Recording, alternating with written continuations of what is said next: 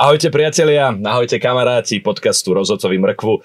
Ľadové plochy v zámorí sa nám rozozvučali naplno, no a k tomu sme si pripravili špeciál o kanadsko-americkej NHL. Dnes tradične opäť s Jakubkom po mojej ľavici. Dobrý deň. No a po mojej pravici špeciálny host dnešného podcastu Palino Richtárek, alebo teda Duče. Čaute. Ahoj, ahoj. Jakub, tak poď nám predstaviť nášho nového hostia, ktorého sme si dnes vybrali ako experta o zámorskej NHL. Tuto Patrik ešte tak minútku dozadu sa pýtal, aké máš priezvisko? A zistili sme. To sa pri tom poznáme, koľko sa poznáme, no takých 5-6 rokov to už bude, nie? Tak 5 rokov asi. Myslím, že sú to 3. 3? Podľa mňa to je viac. Ja si pamätám... 2022. My robíme také podujatia tuto v študentskej organizácii UKFS, také festivály a tam som ťa prvýkrát videl. Áno, na Oktoberfeste 2022. A to bolo podľa mňa skôr a myslel som Nebolo, lebo bola korona. No. A predtým nebolo. Sice to je má pravdu, sú to 3 roky. To je pravda, ale myslel som si, že si SBS-kar najprv. Ja si to stále myslím. Dobre, Duče, povedz nám niečo o sebe. Tak, ja som absolventom tejto školy, teda našej spoločnej Univerzity Konštantína Filozofa. Som športovým našincom, ako môžete vidieť. Nemám síce merch svojho obľúbeného NHL klubu, ale mám tu svojho obľúbeného futbalového klubu, čo je Arsenal Londýn. A zaujímam sa teda hlavne teda o ten hokej, o tú NHL, možno trošku tak podrobnejšie, nie sú to nejaké krčmové reči alebo podobné. A chcel som už tak dlhšie som rozmýšľal, že by som možno svoje názory aj z tých debát niekde pri fľaška alebo poháriku preniesol aj na nejaké televízne obrazovky. Takže som tu. Chceš hejterov, hej? No. No ale vidíme, že Arsenal asi vo futbale, ale ten NHL komu fandíš? Tak, v NHL je to Colorado Avalanche, čo je... Viem zvodniť, dostanem sa k tomu. A či sam logo. Nie, týmto nebolo. Ja som sa dostal k fandeniu, či už Arsenal alebo Colorado niekedy v roku 2006, keď som mal 8 rokov. Som to tak začal vnímať a sme začali chodiť ako tak prvotne von so susedmi. A čak sa hrávali sa futbal, hrával sa hokejbal, není to hokej alebo hokejbal. A nikto nechcel ísť do brány, každý chcel len hrať, takže ja som sa tak obetoval. Hovoríš, že najtučnejší do brány. Nebol som tučný, Paťo chodieval do brány. Ja som poslal do brány, áno. A mňa nikto nevedel prekonať. Bol som vlastne taký obetavý, tak som išiel ja. A tým pádom, že ma fascinovalo to zakrytie tváre alebo tie masky a podobne, tá výstroj. A to už není len v NHL, tu premostím trošku aj do WWE, čiže v wrestlingu, kde bol môj najobľúbenejší wrestler Rey Mysterio vtedy, taký malinký, tiež s maskou. Tak vlastne tým, že ma fascinuje teda títo brankári, tieto masky, tak klasicky, aký Slovák vtedy chytal v NHL, bol to Budaj. A kde chytal v Colorade, takže tým pádom vzniklo takéto fandenie. Cez Peťa bude až ku Coloradu. Jakubko, ty komu fandíš v NHL? Ja to mám také premenuje, by som povedal, že ktorý tým má ako poskladaný to je lepší, tomu fandíš, hej?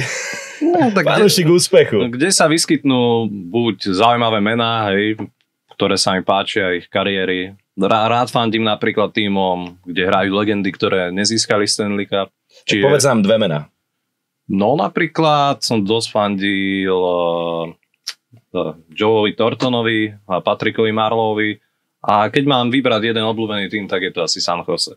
To bolo také prvé, keď som si zapol NHL-ku ako 9-ročný. Mali pekného žraloka. Tak teraz to není bohviečo, ale... Teraz to není bohviečo. No. Tak preto vravím, že je to premenlivé. Nedarí sa im tak... Už im až tak nefandím. Ale je mi to sympatický tým. Ja si pamätám, ja som mal prvý kontakt s NHL-kou práve v hre NHL 2009. To bola moja prvá počítačová hra, ktorú som hrával a tam som mal neskutočne rád Ottawu. Hrával tam, tuším, Mike Fisher sa volal. Áno. A to bol môj obľúbený hráč, mal rating, tuším, 87 alebo 88 a veľmi šikovný hokejista. A odtedy som mal rád Ottawu, ale potom boli výsledky, aké boli a trošku som presedlal inde. No a vedomosťami si sa zasekol v hre koľko je? 17. 0,9. Však ty si mi hovoril pred začiatkom tohto podcastu, že Nabokov, či kto sa to vracia? No, to je menovec Evgenieho Nabokova, tiež brankára San Jose, No. bývalého. A nie sú v žiadnom rodinnom spoločenstve. Ja hneď ako som počul meno Nabokov, tak vrám, Evgenij sa vracia do NHL, tak to je výborná správa, tak na toho sa teším. Takže, ale doštudoval som, makal som celú noc na tom, aby som doštudoval všetky informácie a tak sledujem samozrejme také tie základy. Každý rok do ranného spravodajstva vždy pripravujem šoty k tomu, ako dopadli nočné zápasy, takže minimálne ten výsledkový prehľad a kvalitatívny prehľad mám. Ale presne tak, na to... Ako dopadli nočné zápasy? Viem, že Montreal prehral. Videl som, že Montreal prehral. Fehervári ho Washington tuším tiež prehral.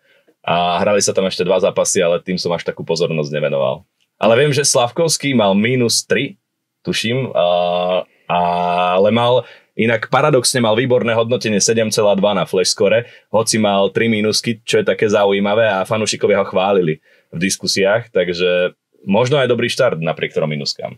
K nemu sa ale asi ešte dostaneme. Poďme na to, čo je v NHL nové a tým je platový strop, ktorý sa zvýšil o 7,5 milióna na úroveň 95 miliónov dolárov. A je to, tuším, najväčší skok za posledné 10 ročie v platovom strope. No ja by som ťa tu ešte doplnil. V minulej sezóne to bolo teda 88 miliónov a počas týchto 3 rokov narastie celkovo platový strop až o 25,5 milióna. To je naozaj obrovské číslo. Inflácia sa ukazuje aj v zámorskej NHL. Ja si nemyslím, že sa ukazuje inflácia, skôr sa ukazuje to, čo si hráči vyrokovali a to, že NHL púšťa viac peňazí medzi tých hráčov, čo je za mňa sympatické vidieť, že v tej Amerike naozaj tí hráči dostávajú slušný podiel z toho, čo tá súťaž zarobí. No presne, tie príjmy, aspoň z toho, čo som pozeral, sú rekordné. Takže aj vďaka tomu má NHL momentálne vyšší platový strop. Podľa mňa je to veľmi dôležité, aby sa NHL dorovnávala ostatným zámorským profiligám, či už je to NFL, NBA, aj keď vieme, že tie platy sú ešte na mile vzdialené. Ten pomer ale NHL z toho, čo zarobí ako súťaž a čo dá hráčom, asi nie je až taký zlý, ale ja to teraz rýchlo overím, ale čo tento platový strop robí, že to ponímanie tých platov sa úplne ako keby mení. 10 rokov sme vedeli vnímať, že keď niekto má 2 milióny, tak je to slabšia zmluva, keď niekto má 4, tak je to taký priemer a teraz už tie 4 milióny bude v podstate taká slabúčká, maličká zmluva. Tak.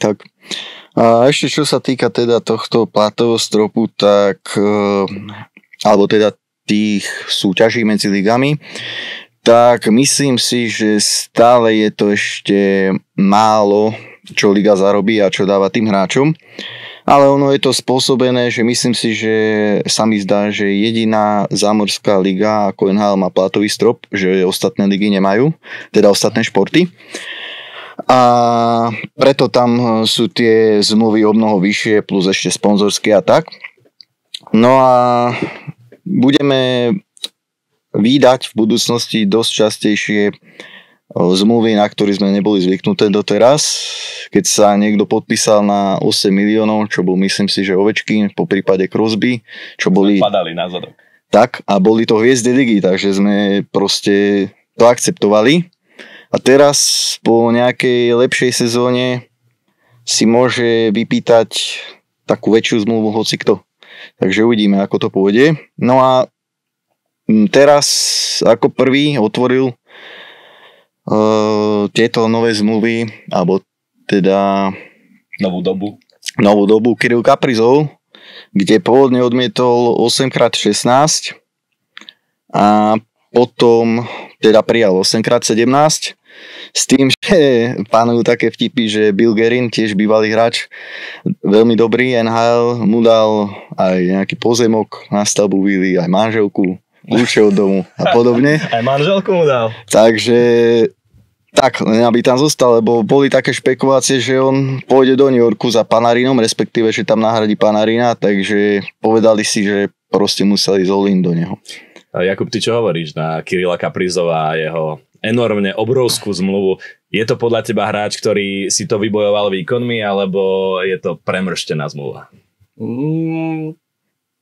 Tu sa jedná o to, že je to asi jediná hviezda Minnesota. A keby ho pustili preč, tak ten tým príde o svoju tvár a v podstate povedal by som o takmer všetko, čo je v tom týme zaujímavé. A podľa mňa majú doteraz strach z toho, keď pustili Mariana Gáborika preč. Presne tak. Čo bola, podal by som, druhá taká veľká tvár a stále je Marian Gáborík, možno teraz je tá pozícia Gáborík Kaprizov, čo sa týka toho historického hľadiska, tak ho proste nechceli pustiť, no a zaplatili to všetkým. Sice si Kirill Kaprizov touto zmluvou si v podstate odpálil na najbližšie roky svoje šance na úspech, ale bude mať pekný balík. Tak bude to práve on, kto bude musieť Minnesota ťahať za nejakým tým úspechom, aj keď sa pozrieme na to zloženie kádra a na možnosti, ktoré budú mať v najbližších sezónach, asi to tam na postup do vyšších kôl playoff nevidíme, Duče. Tak to je veľmi ťažké. Majú tam brankárov dvoch Švedov, Gustafsson, Wallstedt, ktorý Wallstedt moc nepresvieča. Zatiaľ je to najväčší po boku Askarova, najväčší golmanský prospekt celosvetov, alebo teda TNHL. A Gustafsson má také sezóny, že raz má dobrú, raz zlú, není konzistentný, teraz tiež podpísal novú zmluvu. A ja im s týmto golmanským tandemom neverím, takže myslím si, že je to tak prvé kolo, druhé kolo max a tam to končí. Majú ešte sama hlavajo, takže sú spasení. K nemu sa tiež dostaneme. A ja mám ešte jednu otázku, keď sme už pri Minnesote. Presadí sa podľa teba David Jiříček? Kto? David Jiříček. Ešte raz. Jiříček. No tak oni tam majú ešte aj, myslím si, že Špačka. Češi ako dvoch obrancov. Špaček je, myslím si, že dole na farme. A typoval sa mu 7. back, čiže tribúna. Pred začiatkom sezóny boli také prognózy, dostal sa tam. Prekvapil ma tým prestupom z Columbusu, že si práve vybral Minnesota, kde je dosť dobrých obrancov. Majú tam teraz Bujuma, Bum Bum prezývaný. Ten bude budúcnosť modrej lajny v Minnesote. Na ňo sa môžete zameriať. Koľký vytrážte? Vysoko, nie? Top 5 alebo 10. Top 10. Top 5 nebol sa mi zdať, top 10 mohol byť. A bude to mať ťažké, David Jiříček, ale keď bude na sebe pracovať, makať, tak môže sa tam udržať. No on je dosť porovnávaný so Šimonom Nemcom. Sú to podobne vysoko draftovaní obrancovia a ja som zvedavý osobne, kto z nich dosiahne napokon na vyššie méty vo svojej kariére. Obaja sú podľa mňa momentálne na podobnej štartovacej čiare a myslím si, že táto sezóna musí byť už aj pre nich prelomová. To neviem, je to aj o tom, ako sa aj on bude správať, lebo to, čo spravil v Columbuse, bolo dosť kontroverzné. A myslím si, že ak znova spraví niečo podobné, tak už to bude mať aj on ťažké. Takže teraz asi by mal nastúpiť na tú takú líniu možno tej pokornosti. Ale tá prvá formácia za mňa vyzerá celkom zaujímavo. Kaprizov, Rossi, Matt Boldy. To je celkom slušná prvá lajna. Nie? Myslím si, že by sa tam hodil lepší center. A Marco Rossi, no. Ale tak koľko má Marco Rossi rokov? 23, tuším. Ale je mladý, podľa mňa. Akože... Je mladý, ale... Môže byť breakout sezóna pre ňoho? Myslím si, že nie. 24 rokov, Marco Rossi. Ale tí bránkári, no je to zaujímavé, lebo ten Wallstedt však bol považovaný za generačný talent, takže ja som zvedavý, že či to bude Hob alebo Trobuňo. Ten je 2002 ročník narodenia, čiže má 23 rokov a to je stále mladý vek pre brankára, takže myslím si, že ešte je čas no, pre neho. Je tam aspoň šanca možno aj pre sama Hlavaja, pokiaľ bude podávať dobré výkony na farme, tak pri tejto brankárskej dvojici sa do brány môže dostať, aspoň na 1-2 zápasy. Môže a verím tomu, že to bude aj tento rok. Ja sa ešte len vrátim k tomu rozdeleniu tých platov. Ja som si to teda dohľadal aj ale na tom není až tak zle, lebo ten podiel na ligových tržbách majú hráči 50% aktuálne. NBA je na tom 49 až 51, NFL 48, MLB 47 až 50, takže nie je to vôbec zlé. Zlé je to, keď to porovnáme s futbalom, hej, napríklad z Premier League, kde to rozdielanie je okolo 64 až 67%. Ale z tých amerických športov NHL sa akože... Tak potom sa vyšvihla teda do tých zaslúžených pomerov. Ja by som ešte dodal k platovému stropu jednu informáciu. NHL ho zaviedla v roku 2005 a vtedy ho stanovila na $39 miliónov, takže vidíme, že od roku 2005 sme sa za 20 rokov posunuli z 39 miliónov na 95,5 v budúcej sezóne a 113,5 milióna v sezóne 27-28, takže aj platové čísla hráčov astronomicky stúpajú a no nedá sa to porovnať s hráčmi, ktorí hrávali v NHL v minulosti, koľko si dokázali zarobiť na svoje živobytie a s hráčmi, ktorí budú hrávať teraz a naozaj dovolím si tvrdiť, že teraz už aj priemerný hráč NHL zarobí extrémne vysoké peniaze. Ale však aj pred 2005 tam nebol platový strop, takže niektorí hráči mali práve že lepšie zmluvy ako po 2005. Vtedy áno, hovorím o tých rokoch povedzme 2005 až 2010 či 2015, kedy bol ten platový strop nastavený nižšie. Dobre páni, posúďme sa ďalej. Máme tu ešte jednu tému Long Term Injured Reserve. Výborne si naštudoval skratku. No konečne sa to v podstate mení a platový strop bude platiť už aj v play-off, takže špekulanti, ako bola Tampa Bay, Florida a tak ďalej, skončili. Keďže ten platový strop teda má platiť aj v play-off, je tam tuším výnimka znova, keď si zapíšete toho hráča na tú listinu zranených hráčov, tak tuším, že si môžete zvýšiť platový strop o priemerný plat jedného hráča. To, čo je tuším okolo 3 miliónov. Tak sa mi zdá, že to má fungovať toto nové pravidlo, ale konečne to bude športovo férové. Tak, dočkali sme sa spravodlivosti aj v play-off. Ako si už teda spomenul, neviem, čo by robila Tampa v tých covidových rokoch, keby je toto pravidlo. Ale tak boli ako keby diery v systéme, tak ich využili. Takže sú zaplatané a verím, že to teda už bude lepšie. No ale bolo to také kontroverzné, lebo v podstate to, čo robil tam, pomohol robiť každý. Neviem, každý mal také šťastie na tých zranených hráčov pred play-off. Dobre páni, posúďme sa asi ďalej k tým... Ale ešte tu máme jednu novinku. Zmenili sa nám aj dĺžky zmluv. Áno. Z 8 rokov ideme na 7 rokov. Pri hráčoch, ktorí podpisujú ten bývalý tím. A pri hráčov, ktorí sú voľní, je to tuším už iba 6 rokov. Dobre hovorím? Myslím si, že je to 8 a 7. Hej? Ale sa zdá, že to šlo na 7 a 6. Lebo teraz všetci podpisujú 8 rokov, čo sú v kluboch. Aj AHL 13-5, Conor 12, 8 rokov, všetko 8-ročné zmluvy. Tak ty si asi viac naštudovaný, budeme ti veriť. Dobre, už sa môžeme posunúť ďalej, páni? OK. Máme tu ďalšiu tému. Naše rozpravy o kanadsko-americkej NHL a to je Utah Mamut. Mamuti z Utahu menia logo niečo ako Slovan Bratislava, rebranding značky, ale v tomto prípade je to asi ten pozitívny rebranding.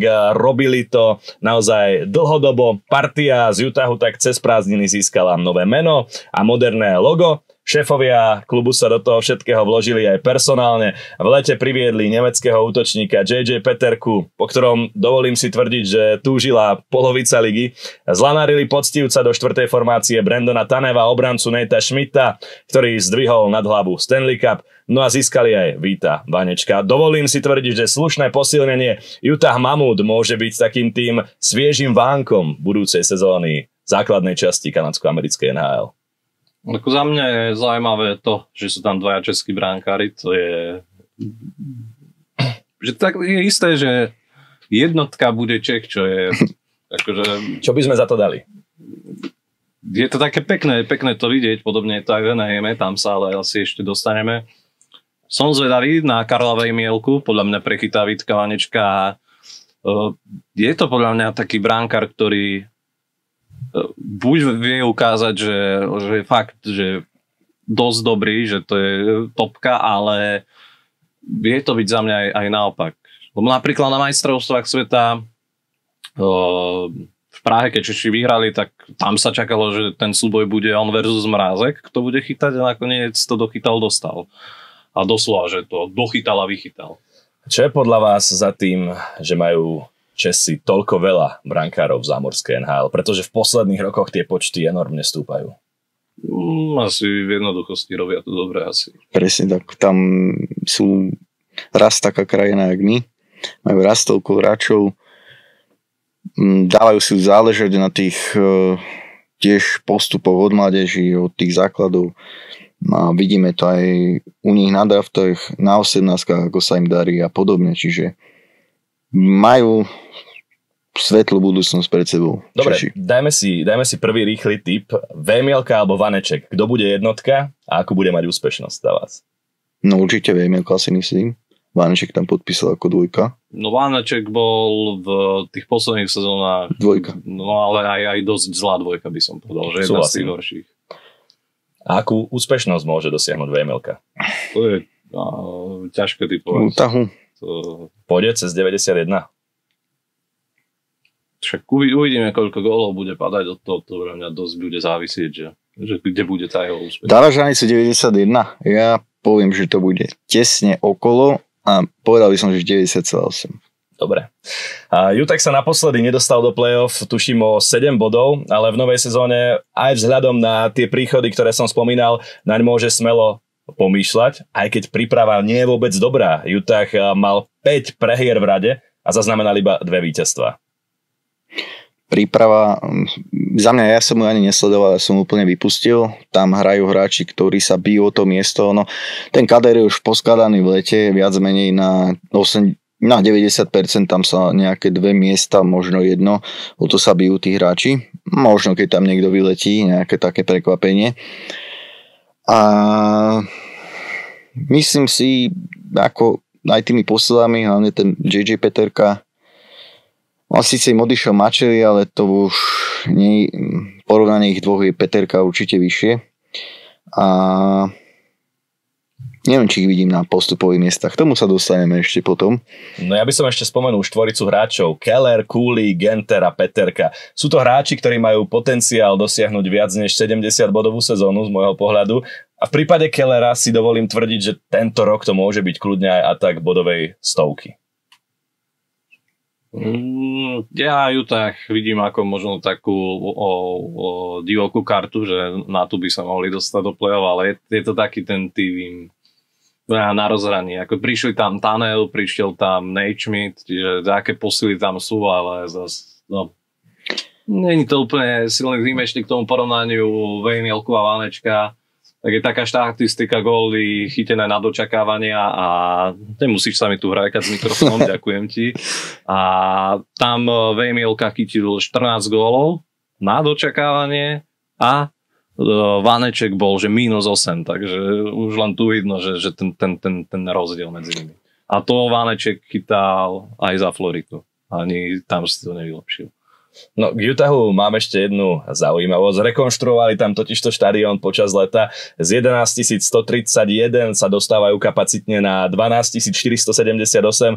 Po úplnom konci rekonštrukcie, ktorá by mala prebehnúť tuším za 2 roky, by sa mali dostať na kapacitu 17 000 miest. Čo som si čítal komentáre od hráčov, hneď keď vybehli na ľadovú plochu, cítili, že tie tribúny sú naozaj strmé a diváci sú veľmi blízko ľadovej plochy. Prirovnávali ten štadión k montrealskému Bell Center a veria, že aj ich fanúšikovia dokážu vytvoriť podobnú atmosféru. Môže byť aj toto do budúcich sezón výhoda Utahu, ak tam naozaj tí fanúšikovia pôjdu za tým hokejom, budú po ňom hladní a tie strmé tribúny a celý ten štadión, jeho akustika dokáže vytvoriť takú atmosféru, že Utah bude doma ťažko zdolateľný super. Myslím si, že taká výhoda v NHL, taká divácka moc nie, lebo tie atmosféry sú tam také, no. Ak nerátame Montreal, ale tie kanadské týmy, tak no, je to skôr ako chodenie do kina. Áno, práve preto to spomínam, pretože hráči Utahu vraveli, že oni cítia, že fanúšikovia tejto organizácie sú práve podobní tým montrealským, sklon tribúny taktiež podobný a ja by som bol osobne veľmi rád, keby sme mali v NHL ďalší tým, ktorý bude mať búrlivú atmosféru na tribúnach, lebo toto je jedna z vecí, ktorá lige chýba. Ako porovnávať Utah fanúšikovský s Montrealom, tak uvidíme do budúcich rokov. Dal veľký výrok. Uvidíme do budúcich rokov, ako to bude. Každopádne, keď ten štadión bude hotový, môže to vyzerať veľmi dobre, lebo v minulej sezóne išli veľké sťažnosti na túto halu. Tak ja len poviem k tomu toľko, že bodaj by si mal pravdu a bol by teda takto fanúšikovský ten záujem o to, aj tá atmosféra bola porovnateľná. Potom sa môžeme baviť, že to domáce prostredie by bolo veľkou výhodou pre nich. No ale ja ti musím oporovať tom, čo si povedal, že Keller 100 bodov. To si prestrelil. A myslím si, že max 80. Neviem, koľko mal teraz túto sezónu. 90? No ja mu ešte uberiem. Ešte menej? Myslíš, že pôjde bodovo dole? Myslím si, že pôjde bodovo dole. OK, to je zaujímavé tvrdenie, lebo bude mať dobrých spoluhráčov okolo seba. Uvidíme, s kým ho dajú do formácie nakoniec.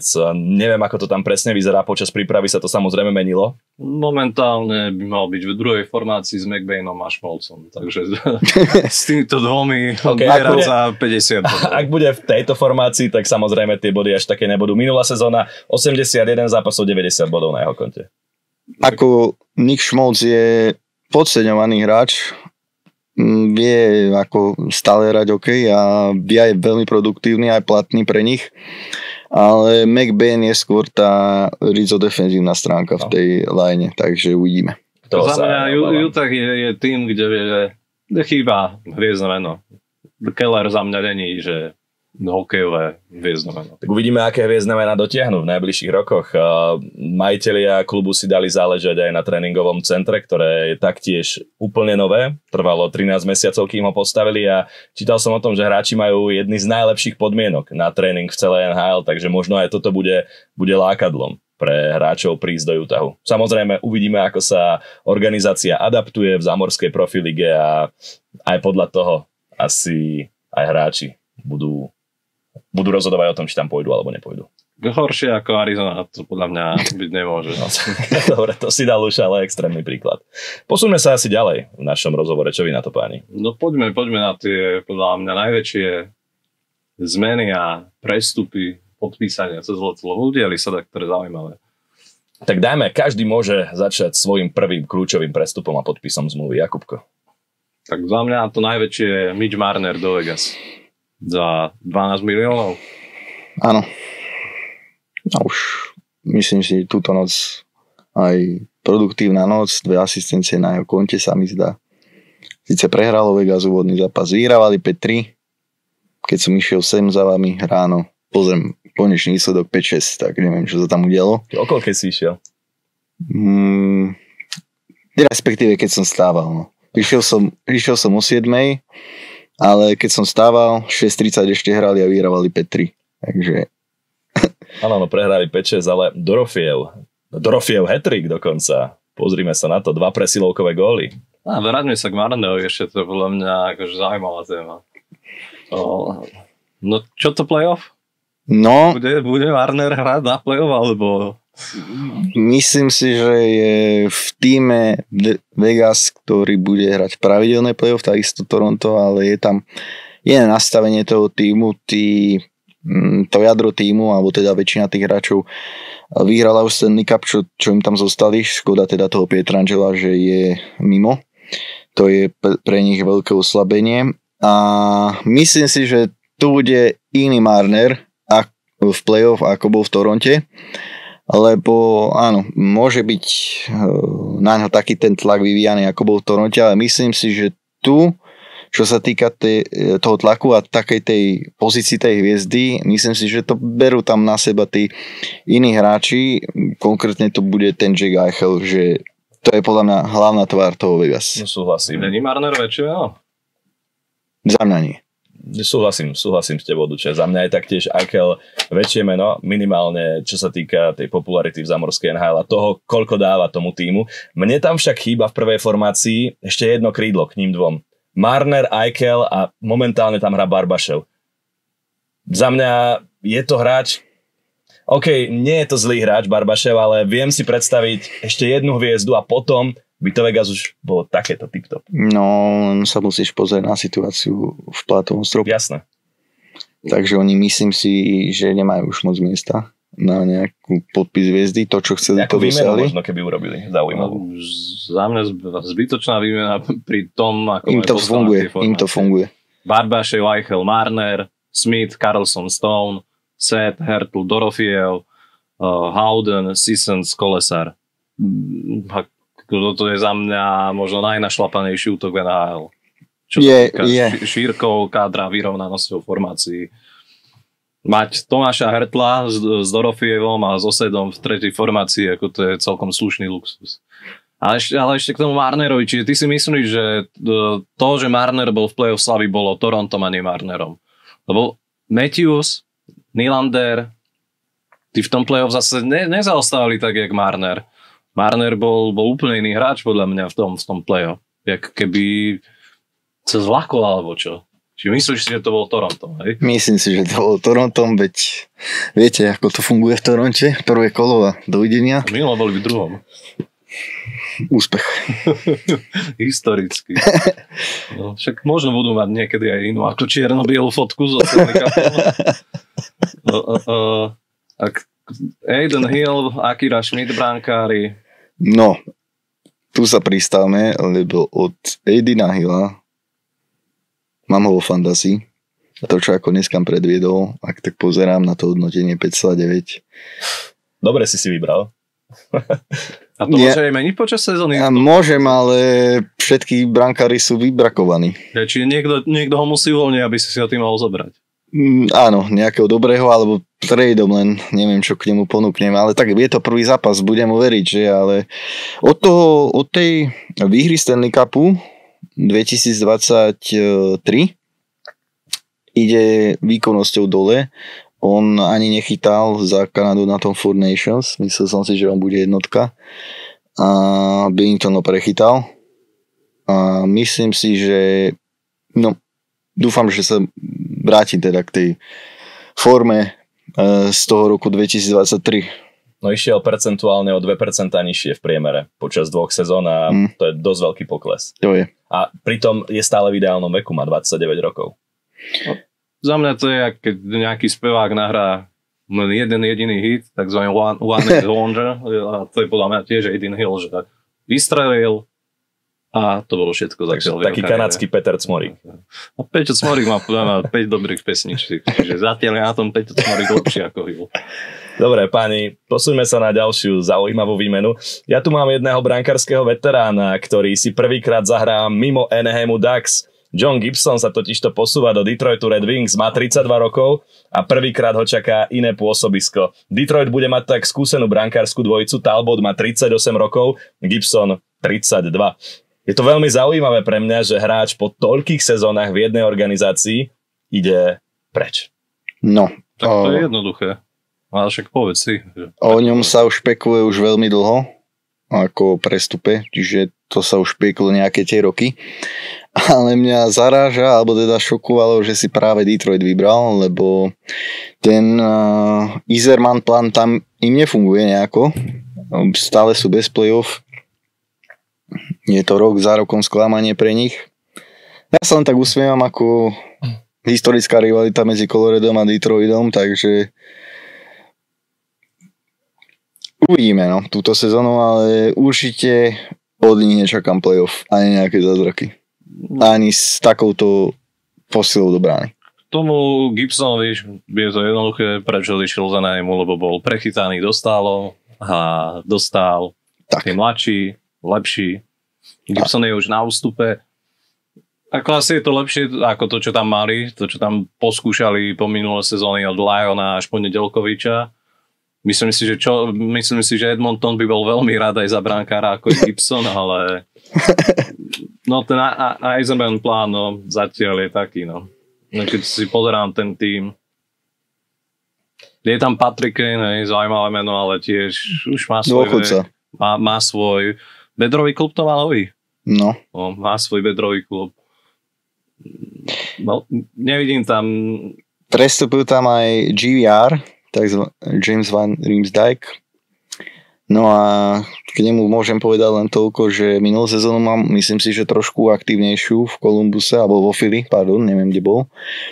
A padol mi ako hráč na NHL-ke vo Fantasy, čo znamená, za každý gól mu ide +1 overall. Takže bohužiaľ bola to jedna z tých horších volieb, keďže je zranený a není ani v line a predikuje sa mu 4. a 3. formácia, takže Bo som si nepomohol týmto. Ja som veľmi zvedavý na to, ako sa bude vyvíjať kariéra Marka Kaspera. Mladého Rakúšana, ktorý môže byť takým novým Tomasom Vanekom rakúskeho hokeja. Musím povedať, že aj rakúsky hokej ide dopredu, čo sa týka NHL. V minulej sezóne Marko Kasper 37 kanadských bodov a má 21 rokov. Teraz sa od neho určite očakáva ďalší posun, možno cez 50 bodovú métu.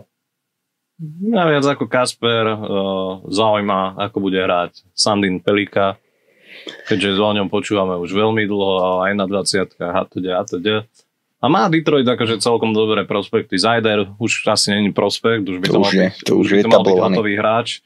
Aj keď na majstrovstvách sveta sme videli, že občas to není. Lebo od tej hviezdy sa čaká, aby bol konzistentný a to, čo robil Zajder v niektorých zápasoch, na to sa ťažko pozeralo. Simon Edvinsson, on bol tiež top 10 draftu, čiže za mňa tiež prospekt, dá Sandin Pelika, takže... Keď si už pri tom Sandinovi Pelikovi, tak ja jeho meno registrujem od doby, kedy som komentoval dokonca jeho zápas švédskej 18-ky na majstrovstvách sveta. To bol, tuším, prvý televízny zápas, ktorý som v živote komentoval a Sandin Pelika tam jednoznačne vyčneval. Neviem, či nemal 3 alebo 4 kanadské body v tom zápase. Odtedy som ho registroval, no a taktiež som veľmi zvedavý, čo nám predvedie v zámorí, čo nám predvedie v NHL. V minulej sezóne vo Švédsku dobrá sezóna. Môže to byť obranca, ktorý vytiahne Detroit o čosi vyššie, ale aj on bude asi potrebovať čas na aklimatizáciu. Bude potrebovať čas a dúfajú v nového Nika Lidstrema.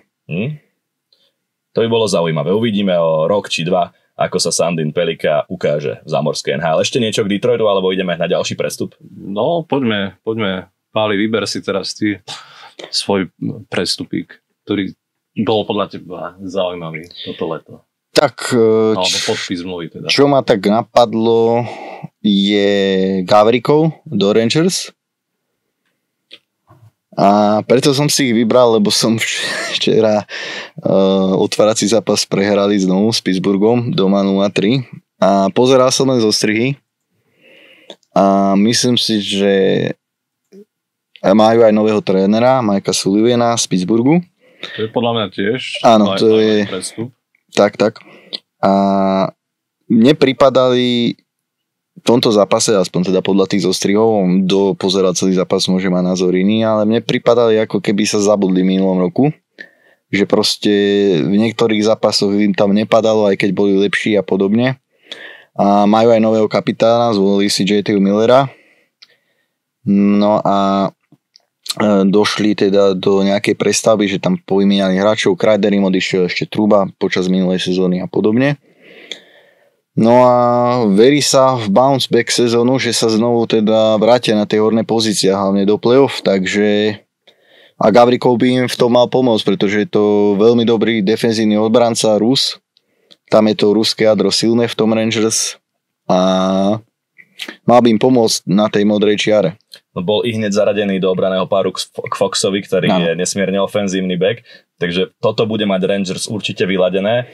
Otázka je, akú sezónu budú mať ofenzívne hviezdy Rangers. Rangers je za mňa tým, že keď máme udeliť mrkvu, tak ju udelujem generálnemu manažerovi Rangers, lebo tak po tým, ktorý fakt, že bol Stanley Cup contender dlhé sezóny, tak to je niečo nemožné, že ako rozbil ten tým. Pokašľať. Dobre. Hej, už len to, že pošleš kapitána preč, aj keď mal zmluvu ako mal, tak ten spôsob, akým bol poslaný Truba preč, bol taký zaujímavý. Veľa kontroverzie tam je s ním. Je. Takže aj tá komunikácia, ako fakt ten tým fakt vyzeral super. 2 sezóny dozadu, ale to, čo sa im podarilo z toho spraviť, to je niečo za mňa nepochopiteľné. Však kto všetko stade odišiel, pomôž mi, Pali. Kreider, Truba, Kako. Pozrieme, skúsime vás doplniť. No, Mika Zibanejad neodišiel, ale je na úpadku. Toho sa snažia vymeniť aktívne. Tieto tri mená tuším hlavne. Andrej Miller išiel do Karolíny.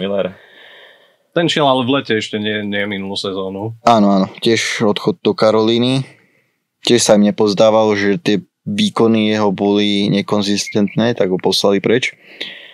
A neviem ešte, čo tam bolo. Filip Chytil odišiel. Áno, do Vancouveru. To je vlastne za toho JT Millera. To je strata. Tak oproti JT Millerovi. No tak myslím si, že nie je oproti JT Millerovi strata. Podľa mňa strata je JT Miller, že sa rozhodli, Peterson Miller, že sa rozhodli No, presne tak. A ja som tohto názoru. Pre JT, teda pre Petersona vo Vancouveri. Čo je však moja otázka, bude Quick v 40-ke ešte stále dostatočne rýchly? To pekná slovná prešlička. No, ako za mňa je Quick výborná dvojka. je výborná, dokazujú to aj čísla. Mal som ho tiež vo fantázii minulú sezónu. A Tak on si tých 25 zápasov odchytá. No proste je to hráč, ktorého keď tam dáš, tak vieš, že sa na ňu môžeš spoľahnúť, že presne tak. má už toto odchytané, že nevybuchne proste. OK, možno to už nebude výkon, ako keď Los Angeles vyhrali Stanley Cup, ale ten taký základ si odchytá. Jonathan Quick. Dobre, posuňme sa aj k trénerským zmenám, tie boli tiež zaujímavé. Však môžeme zostať rovno pri Sullivanovi, ktorý prišiel do Rangers. 2 Stanley Cupy s Pittsburghom, to hovorí podľa mňa samo za seba, takže bude to mať ťažké Sullivan podľa mňa s týmto tímom. No, ja som osobne veľmi zvedavý na Rangers, ale podľa mňa to nebude, že tým, ktorý ide bojovať o Stanley Cup, skôr bojovať o play-off. Tak, presne tak a má ich naštartovať k tým výkonom, ktoré podávali pred tými 2 sezónami. Je to alebo tréner, ktorý si zakladá na disciplíne a podobne. Takže možno tam prebudí aj toho Zibanežada, aj keď neviem, no, s ním to je ťažké. A uvidíme, no. No keď sme pri tréneroch, tak za mňa najväčší návrat comeback Joe Quenneville. No, To je aj najväčšia posila Anaheimu. Naposledy trénoval v roku 2021-2022 Floridu Panthers, teraz sa vracia po veľa rokoch späť do profiligy, ale páni, je to muž, ktorý má už 67 rokov. To si nemyslím, že bude mať problém. To nie je problém. Ja som rád, že je späť, že ja nemám rád túto americkú cancel kultúru, že v podstate s tou kauzou Chicaga ho ako keby stiahli dole. Pritom, keď sme počúvali o ňom, názory hráčov, ktorých trénoval, tak to bolo väčšinou vždy pozitívne. Takže kvôli tej kauzičke šikanovania, ktoré bolo v Chicagu, koľko to bolo? To nebolo šikanovanie, to bolo sexuálne obťažovanie. A nebolo to, ale toho hráča, nie? No, sexuálne obťažovanie hráča. No, OK. Ja som to nazval šikanovanie. No, to je trošku rozdiel a myslím, že ten asistent trénera, alebo čo to tam robil, on bol aj odsudený za to. Takže sa to dokázalo, že to bola pravda. Teda podľa mojich informácií a vedeli o tom všetci v tom Chicagu, len proste čak Chicago bolo Chicago vtedy, hej, na začiatku 2010, alebo teda ten z rokov, bola to dynastia, takže pre úspech sa spravilo všetko. Ale nebol tam priamo Quenneville zapletený. Nie, ale vedel o tom. Ale rovnako aj, ako si povedal, ako všetci hráči. Hráči neviem, ale ten manažment vedel o tom určite. No je to štvornásobný šampión, štvornásobný držiteľ Stanleyho pohára. Kam môže vyšvihnúť Anaheim Ducks tento tréner? No minimálne čo skoro do play-off. Tak by som to povedal. Čo sa týka ešte na jemu zaujímavý odchod z Igres. Ale podľa mňa to je potrebné pre obe strany, lebo však bol dokonca na titulke hry NHL, čarovné ručičky, neviem aký hráč z neho sa tam dostal len za tú prihrávku tomu Sonnymu Milanovi. No. To je všetko, čo dokázal. Ja som počul veľa názorov o tom, že je veľmi preceňovaný hráč, jeden z najpreceňovanejších celej NHL. No a ja som počul to, že trpel sezónnymi depresiami, že preto odišiel za nemu, že mu vadilo slnko. Ale ozaj? Áno. Tak to je zaujímavé. To je jeden z mála hráčov, čo chce ísť z Floridy preč. No a ešte si dokonca vybral... Čo si vybral, no? To teda nie je z Floridy, bože. Z Anaheimu a išiel do ďalšieho katastrofálneho týmu. Ale zostane ešte pri tom Anaheime, lebo zaujímavý český kapitán Radko Gudas, hej, zlý muž NHL a česká brankárska dvojka opäť dostal brázek. To je... Keby som český fanúšik, tak toto je tým, kvôli ktorému by som sa možno aj zobudil. Lebo dostal mrázek je podľa mňa jedna možno z najlepších brankárskych dvojiek. Za mňa. No a čo je zaujímavé pri nich, Peťo Budaj na lavičke, ktorý ich bude viesť. Áno, jeho si aj pochváľujú, alebo teda tú jeho prácu všetci, ako trénera. A jedna z najlepších dvojčiek, no myslím si, že Mrázek už ide pomaly výkonnosťou dole. A podľa mňa ako dvojka je to bránkár dobrý.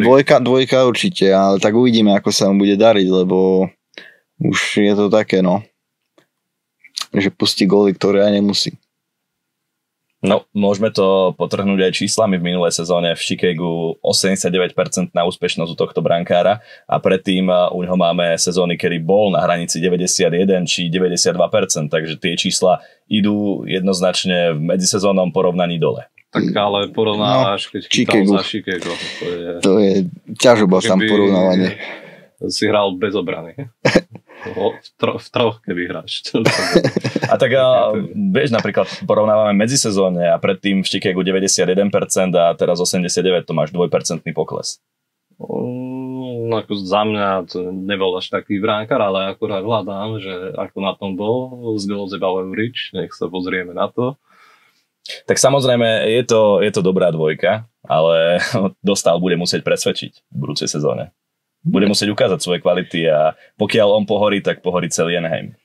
Ja si myslím, že Dostal už ukázal, že čo je to za bránkár a hlavne to není bránkár, ktorý by mal problémy s takou konzistenciou. Ukázal, ale môže sa stať čeličo a ak mu nepôjde, tak to bude veľký problém pre Anaheim. Presne o tom som hovoril, Dostal má 25 rokov. A samozrejme je v profilige už od sezóny 21-22, ale ak mu nepôjde, tak dajú do brany Mrázeka a ak nedajú do brany Mrázeka, už nemajú voľbu. Ja si nemyslím, že toto bude problém. Podľa mňa ten brankársky post není ten najhorší post. To nie. Dobre. A obrana skôr za mňa bude síce. A Mike to podľa mňa celkom dobre poskladal, lebo sa tam bije taká tá skúsenosť s tými mladíkmi, hej. Truba, skúsený, a potom tam je Minťukov, Gudas, tvrdý nož, zaujímavý príchod je aj Lakom celkom. A ten podpísal tiež novú zmluvu, mimochodom. Koľko? No, 9 alebo 8, neviem, môžete to dohľadať. Ale nadlho, na 8 rokov sa mi zdá, že predĺžil. Ako za starého platového stropu by som mal, že vypulené oči, že toľko dostal takýto hráč a teraz keď sa to zmení, tak už uvažuje, že či je to fajn alebo to není fajn. Ja si myslím, že je to fajn. Teda dúfam, že to nebol one season wonder, lebo minulú sezónu mal fakt dobrú. Ale dúfam teda, že pôjde a nedopadne, ak bude Dreden alebo podobne. Ale za mňa to majú celkom dobré útoky, akože celkom dobré to je za mňa poskladané, že to play-off by tam možno mohlo padnúť. Kreider, Carlson, Terry, Gauthier, McTavish, Seneky, Vatrano, Mikael Granlund, ktorý prišiel tiež.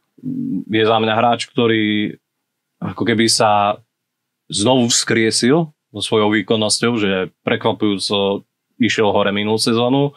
Killorn a posledná Pelling, Johnston, Colangelo a to majú ešte zraneného Stroma. Takže za mňa slušný útok. Ten Seneke je tiež stále ako keby považovaný za nováčika.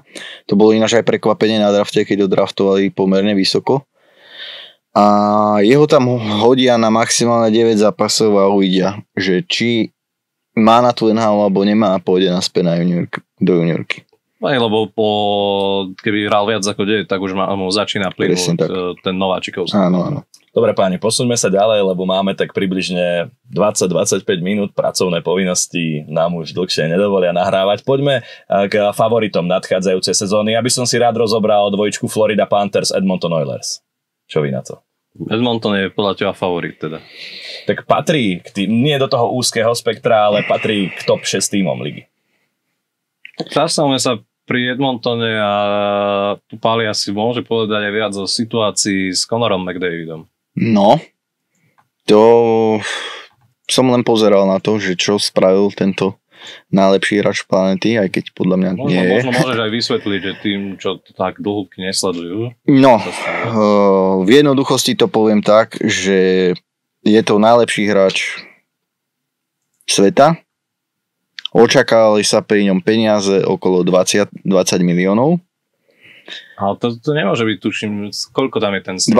20%. Aha. A nedoslal by ho, sa mi zdá. 19-20, no povedzme. No. Rátalo sa s úľavou, že proste, aby bol posilňovaný tým a inými hráčmi, aby teda ten úspech dosiahli, že tam zníži si teda tú sumu na nejakých 18, 17, 16. Lenže on to spravil tak, že zobral 12,5 alebo 12, teraz neviem. Zobral to na ďalšie 2 roky, čiže s touto sezónou aj 3 a povedal si, že teraz alebo nikdy.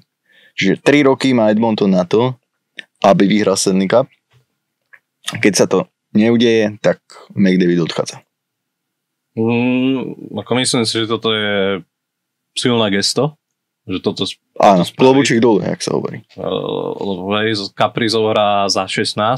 17. Za 17 dokonca, McDavid ide hrať za 12 a pol to je? No. No a takže to je také dosť úsmevné, že si v podstate nechá len tak vodených, dajme tomu 6 miliónov eur, by som povedal. Ale za mňa je to fér z tej strany, že dopredu hovorí Edmontonu, že máme 3 roky, poďme na to, poďme spraviť všetko na to. Je to za mňa gesto, ktoré môže možno motivovať iných hráčov spraviť toto.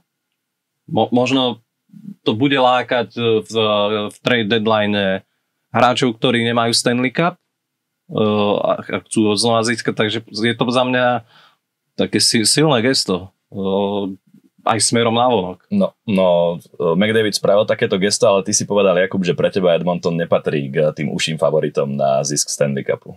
To bola taká rečnícka otázka za mňa s tou brankárskou dvojicou, ktorú majú Skinner, Picard.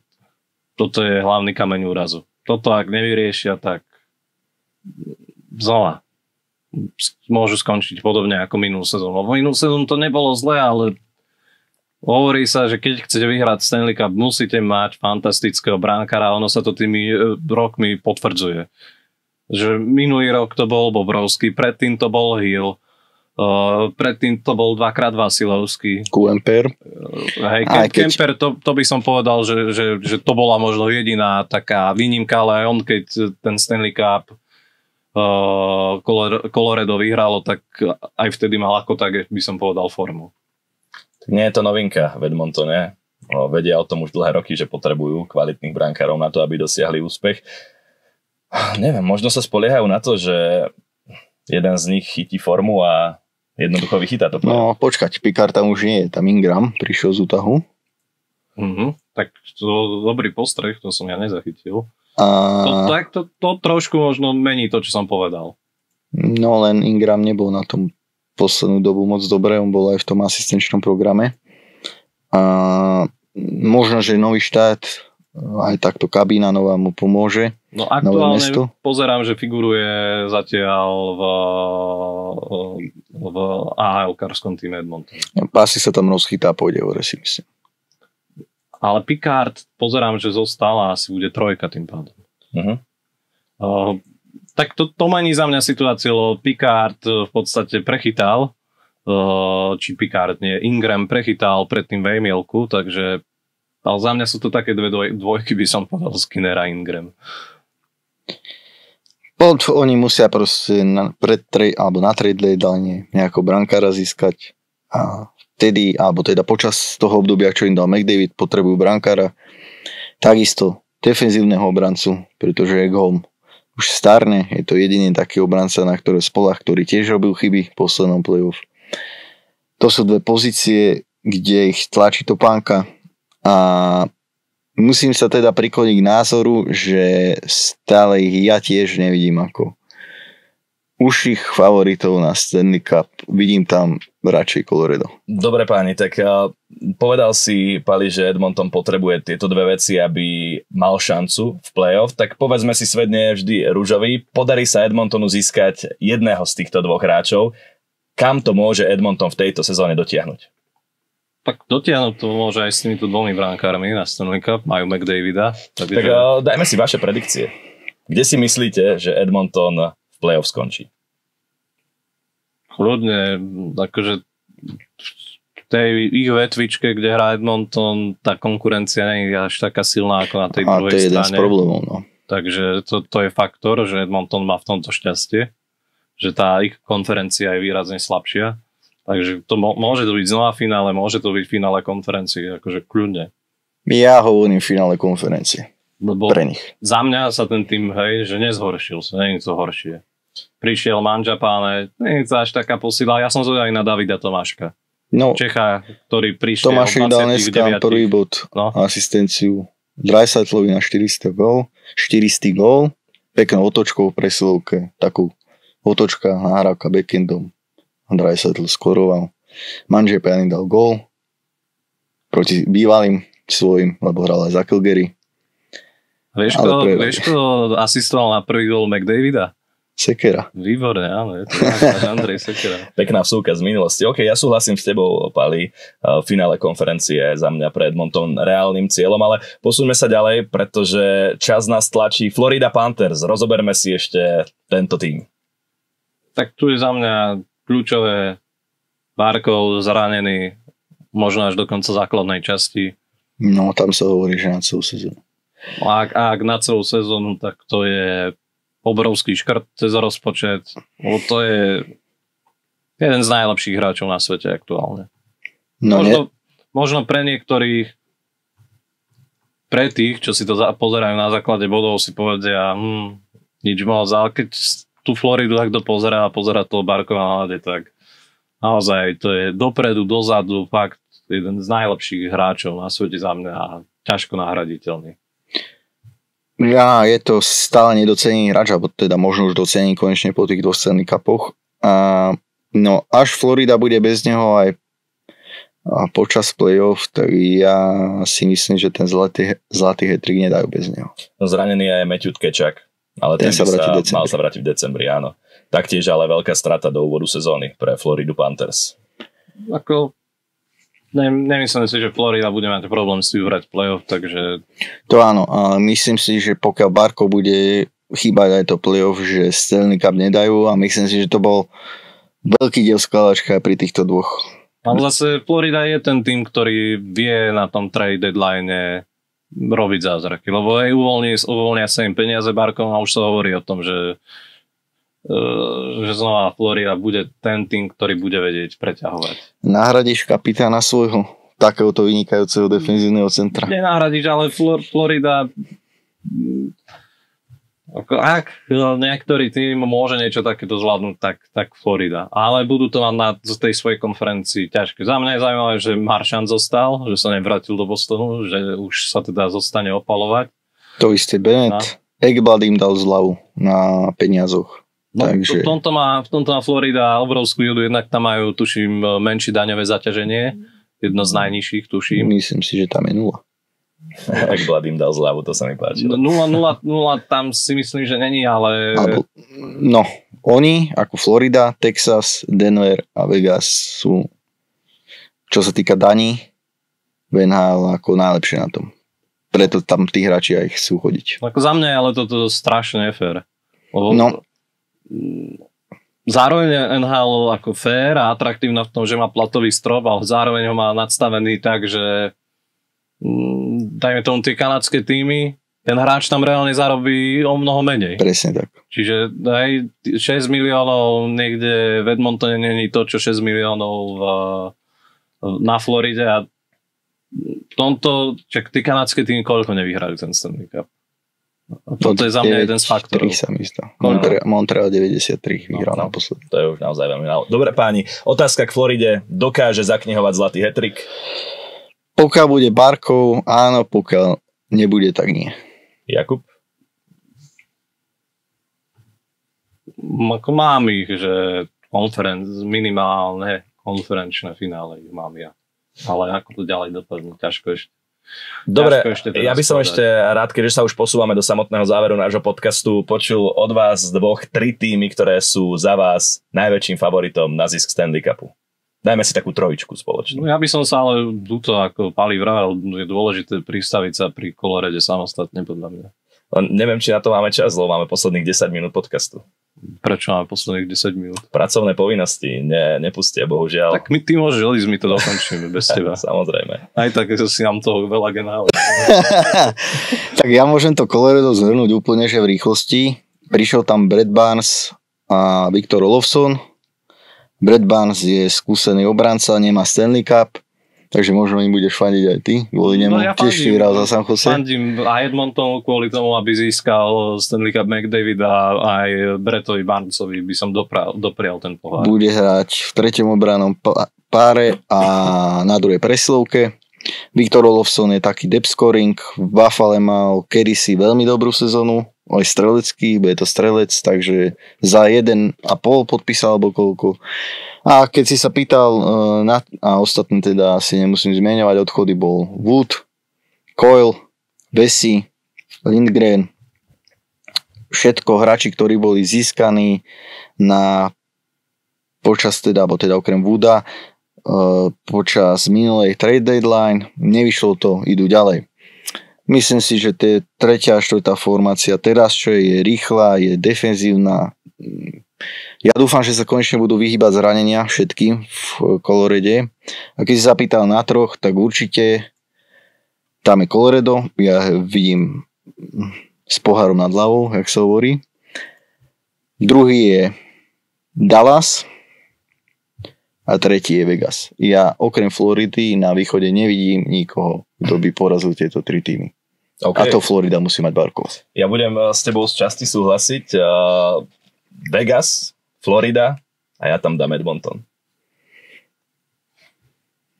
Pozeráme ešte na tú zostavu Colorada. Gabriel Landeskog je späť. Áno, to je veľký morálny boost. Už som čakal, že v play-off bude, ale... Ako po takej pauze ja som zvedavý, že aké to bude. Ešte dôležitá vec, čo potrebujeme spomenúť, keď sa vrajme o tých návratoch, veľký návrat Jonathan Toews.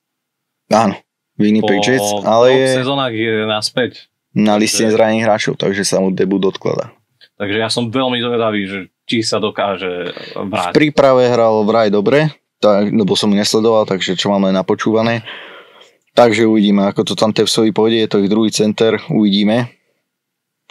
Ako za mňa Winnipeg tým, že odišiel Ehlers už nebude taký silný a teda vrátim sa kľudne. Povedz. Bude tam úpadok vo Winnipegu a ešte čo sa týka teda toho Landeskoga, ak odohrá sezónu celú alebo nejakých väčších zápasov, ja si myslím, že to je ideálny adept na Bill Masterton Trophy, čo je vlastne trofej udeľovaná individuálna pre hráčov, ktorí sa vracajú takto po takých ťažkých životných situáciách alebo podobne. Vyhrali Craig Anderson, Dominic Murjuma a podobní, čiže s takými životnými príbehami hráči, ktorí majú tú oddanosť tomu hokeju. Takže myslím si, že je to veľký kandidát na túto trofy. Dobre, Jakub, uzavri nám to tvojou trojičkou a posunieme sa k záverečnej téme, ktorou sú Slováci v zámori a myslím si, že tu budem mať už čo povedať aj ja, lebo tých sledujem veľmi podrobne. Za mňa Dallas by som dal do toho topu, asi poviem viac ako top 3. Nový tréner a za mňa obrovská vyrovnanosť formácií, že tam majú 3 top formácie. Takže Dallas, Vegas, Colorado. A to už sú 3. Edmonton. Nie, ja hovorím tými, ktoré podľa mňa môžu získať Stanley Cup. Vieš, a číta to zo Športnetu všetko. Vynechal som z tej Carolinu, ktorú tam ja nemám osobne, takže... Za mňa aj tá Florida. Napríklad Športnet ju má, 11. Ja ju mám tu tých kontenderov na Stanley Cup. OK, tak z Jakubovej trojice Petiza tímov